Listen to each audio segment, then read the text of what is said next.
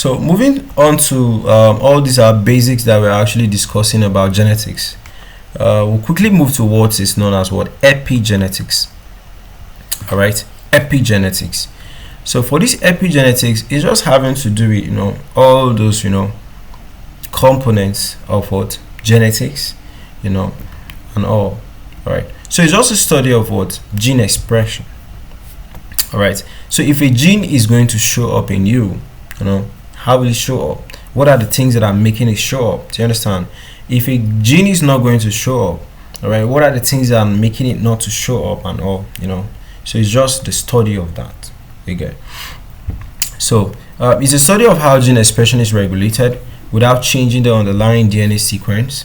Now think of it as a software. So this software will tell your genes, when to show, when not to show, or when to show you up in a particular way. Do you understand?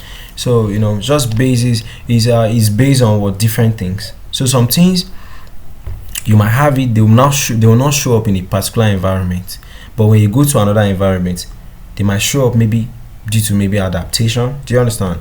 Some things you might have it, like let me say in our family now we have issues with kidneys, like our kidneys are not really strong. But me now, I don't take alcohol, I don't smoke, no problem. Right? My older brother was taking alcohol. He was not smoking though, but he was taking alcohol. He went down with kidney disease and we lost him.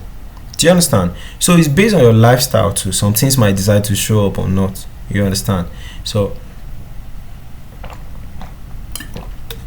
key concepts in this, they talk about DNA methylation. We get to discuss that. Histone modification, we'll still talk about that. Non-coding RNAs and all. Okay, so why it matters? It explains how identical twins can be able to develop different disease.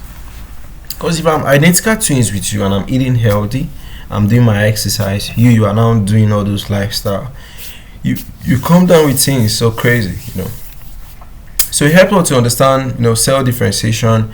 It shed more light on how environments can actually be able to affect us,